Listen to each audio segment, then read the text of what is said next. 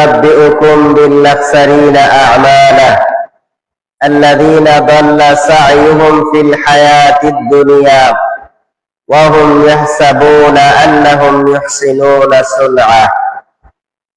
যাবতীয় প্রশংসা হামদ ওয়া সানা সে মহাপরাক্রমশালী প্রজ্ঞাময় আল্লাহ তাবারাকা ওয়া তাআলার সমিতি, যে মহামনিব তার নিয়ামত দ্বারা আমাদেরকে পৃথিবীতে পাঠিয়েছেন, যে মহান রব আমাদেরকে তার ইবাদত করার জন্য প্রেরণ করেছেন, সে মহান রবের শুকরিয়া জ্ঞাপন করছি।